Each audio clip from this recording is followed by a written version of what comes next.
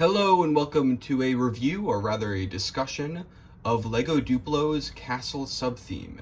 This subtheme existed from 2004 to around 2007 or 2008, and it had two main waves, one in 2004 and one in 2005.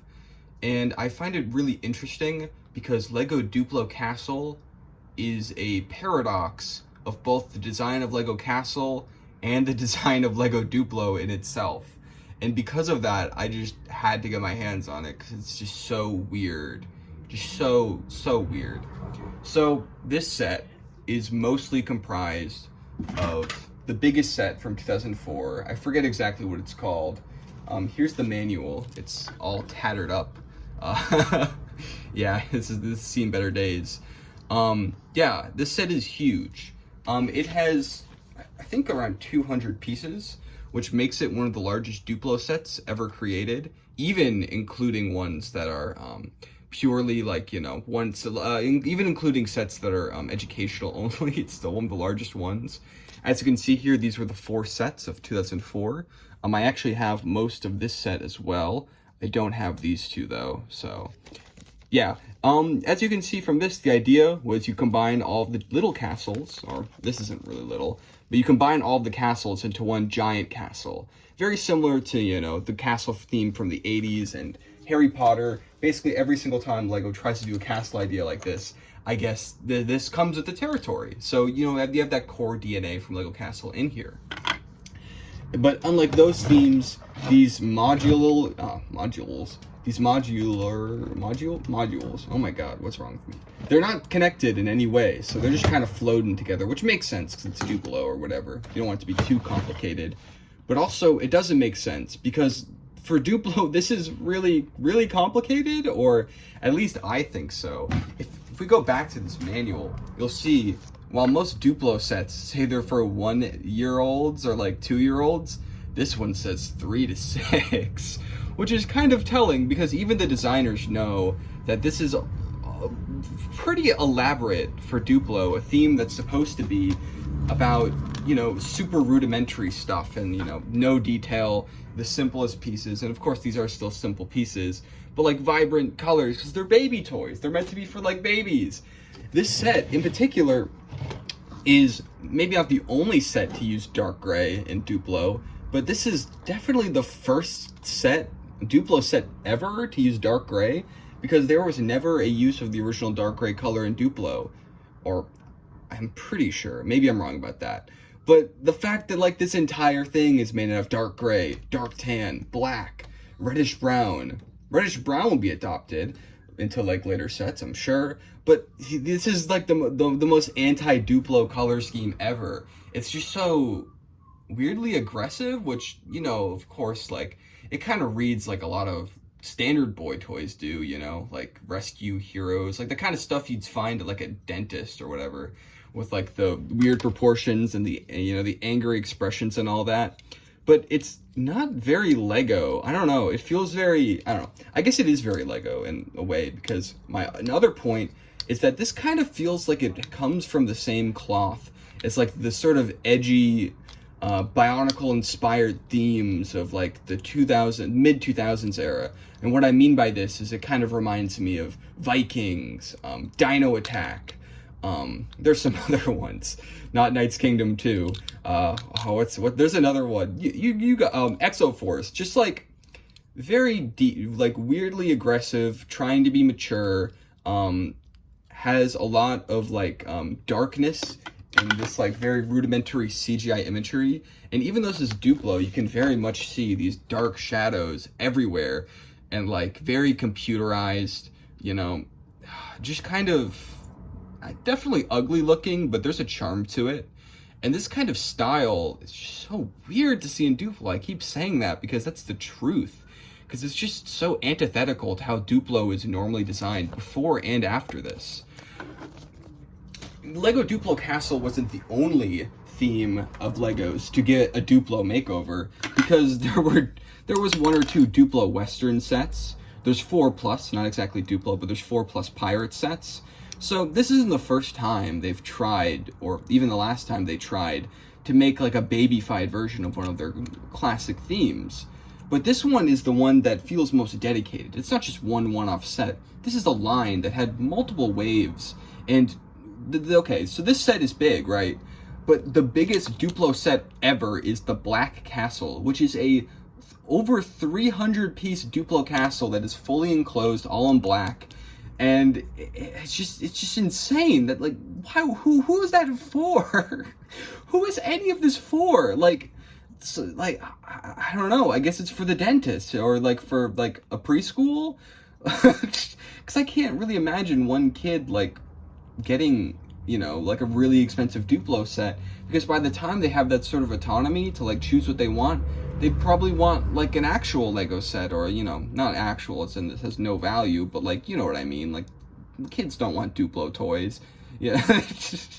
Or, yeah, more explicitly, like kids don't ask for Duplo toys, because I like this a little bit in a lot of ways. But enough to preamble about the random intricacies. Let's take a look at the actual stuff we get. And first, let's look at the Duplo figures. There are two factions, one that's sort of like a Lion Knight kind of thing, and one that's like a Dragon Knight. They have the Duplo design from, I don't remember exactly when this is implemented, but after, you know, the second round of like Duplo people, where they have more realistic proportions, but they kind of look ugly as hell. He has a shield. He's also supposed to have a sword, but I don't have that. He has this weird armor piece that, unlike, you know, armor pieces, you know, normal Lego, you gotta put the head on and then put this over. It's just one big piece that slides over. He kind of looks like Buzz Lightyear a little bit, with his, like, his chainmail. It looks very strange, but, you know, it gets the job done. There's a print there, too, which they didn't need to do, because, you know, you're supposed to have the armor, but, you know, pretty detailed for it is, even though it really just looks like a creepy Buzz Lightyear. And also, my God, the aggressive face. Look at that. Oh my God, like, he's so angry. If we look at this guy, the other knight, I have a few others. They're pretty similar, but I'll show you their faces. This one has a pretty unique armor design, which kind of reminds me of like Basil the Batlord, with like its little, you know, its little wings there. Very ornate printing there too. Like, this really is kind of evocative of Fright Nights, which is so weird because it's Duplo, but it has to be said. And yeah, this guy has a beard, which means he's an adult in a Duplo set that's not a dad or a mom. So that's pretty crazy. This guy, he's a rogue in the Duplo world. And yeah, it just fits on like that. And yeah, there's Duplo weapons. Back when Lego Castle started, they had to fight in order to even get swords to be made, because that was too violent. And now here we have Duplo Castle in 2004, which has a mace for babies. So there's that guy. And then we have another one. This axe mold. And there's another, or I guess this is the first Duplo shield I've shown you. Pretty much the same shield design, but in black. Looks pretty good. And yeah, this guy has got evil looking green eyes. He's also evil. And then we've got, let's look at another one of the Lion Knights. This is the, I guess an old dude. Yeah, he's an old dude.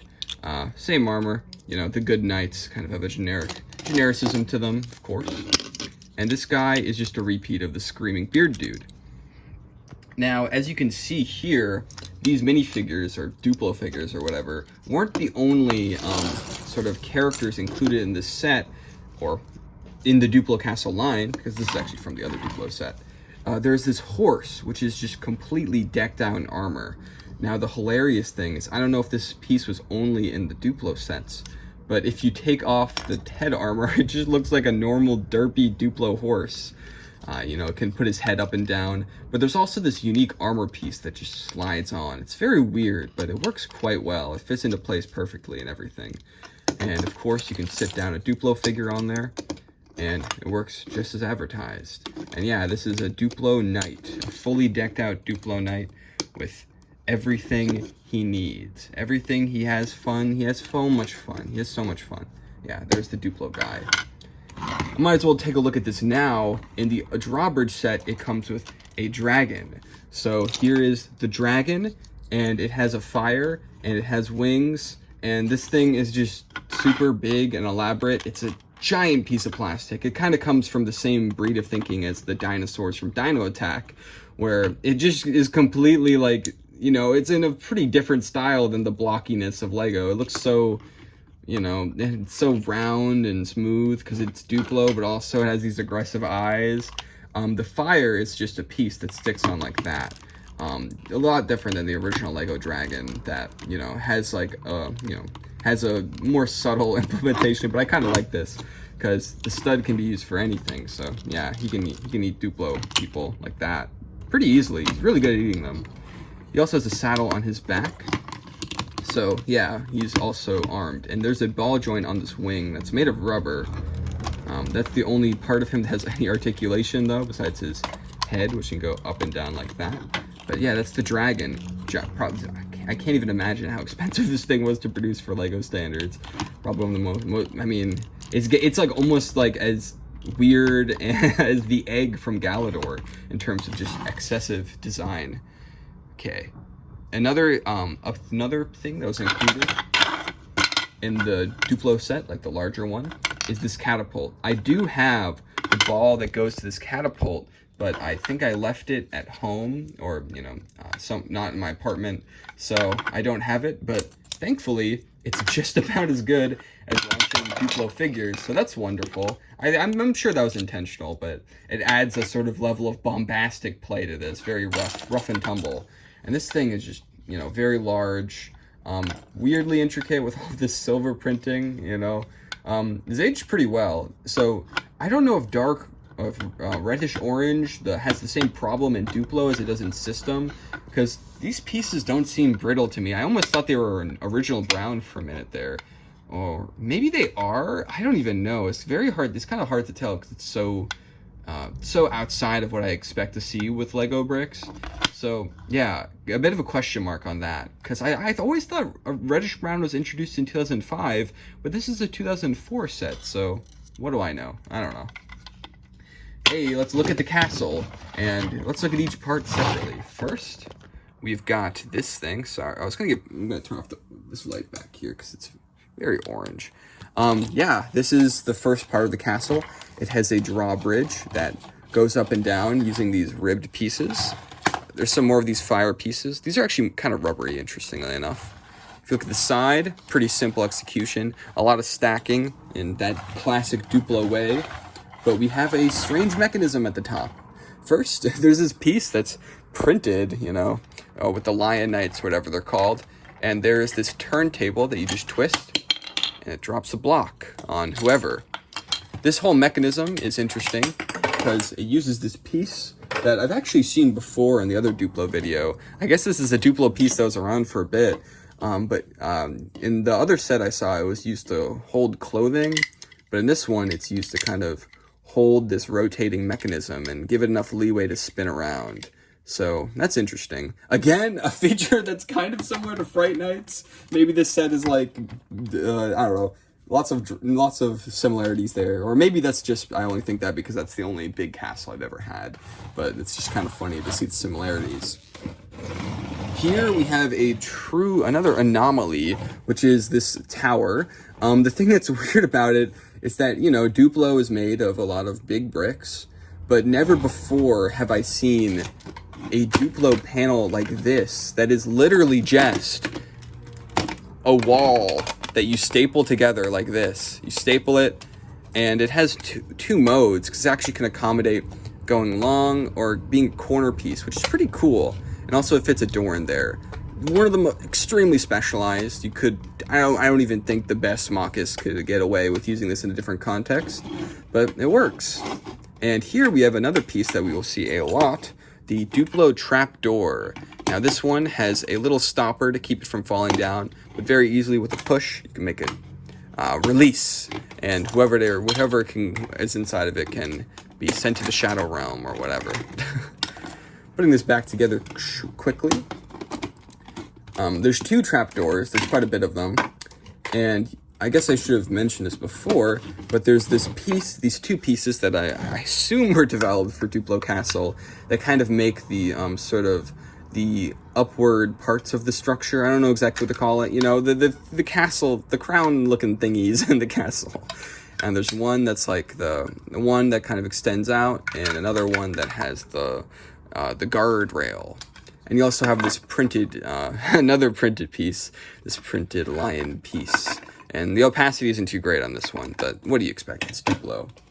So the thing about this is that these parts of it aren't really supported, so they kind of fall off pretty easily, which is annoying. But you know, it's whatever. This set isn't really meant to be this set isn't meant to like stay together. It's meant to be played with, so I understand. We also have this flag here that just clips on as so. Another really weird one. There's also a flag in the other set for the Red Knights.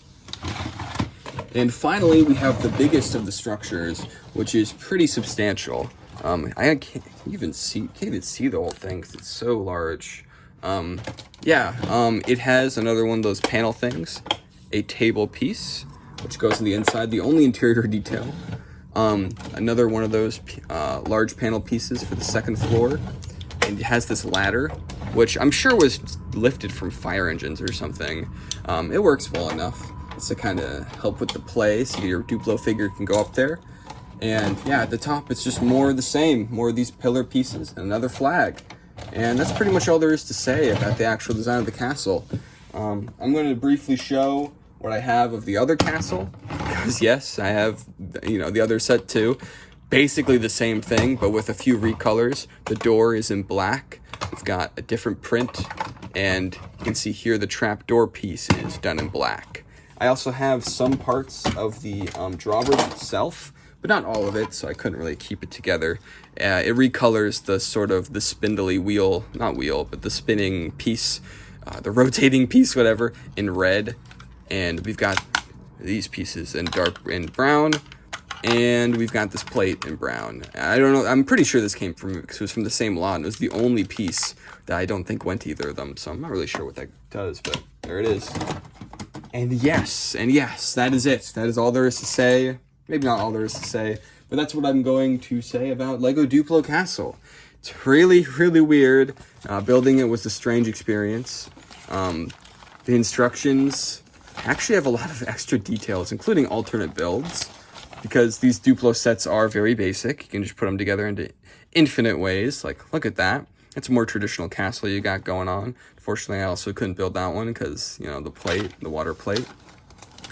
The other manual I have has seen better days. It's barely together, but we will still take a look at the alternate builds.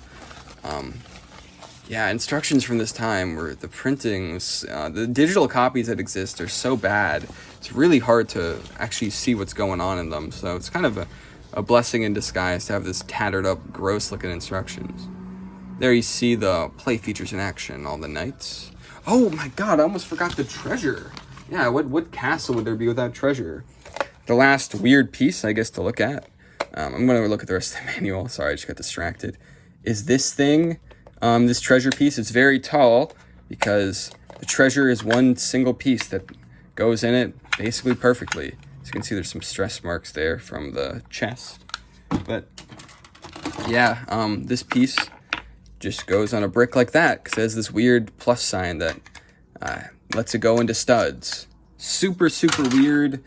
But, it's Duplo Castle. What do you expect? It's insanely weird. All right, let's finish up the instructions and close this video. Yeah. Oh my god, there's quite a bit. It's falling apart, man. Oh. Yeah, as you can see, different build for what you can do. Lots of different options in this one. You have another one you can see there. It almost builds a game out of it, which is kind of fun. You can definitely make a sort of game out of the catapult with the castle interior. My little brother made like a little Angry Birds game out of it when he played with it, because I had it at my house for a bit. And it was really fun to see, because I feel like that's exactly what the people who made this were kind of aiming for. If they were aiming for anything besides making just a weirdly mature Duplo castle of all things. And then we have this piece with this Puffs-looking guy putting his sword closer to us. But hey, that actually looks pretty good, the stairs design. I'm really surprised they're able to do that. But yeah, that is it for Duplo Castle. A super weird theme that existed and kind of represented one of the weirdest parts of LEGO history. They were throwing everything at the wall and some of it stuck, man. And they were just trying to figure out what still works in a modern day, and maybe explore ways their time-tested ideas hadn't been, you know, different avenues for the time-tested ideas. And that's kind of what I see this as. I'm sure, for prosperity's sake, here's the dragon flag from the other side. But yeah, that's all there's to say. Thank you for watching. Goodbye.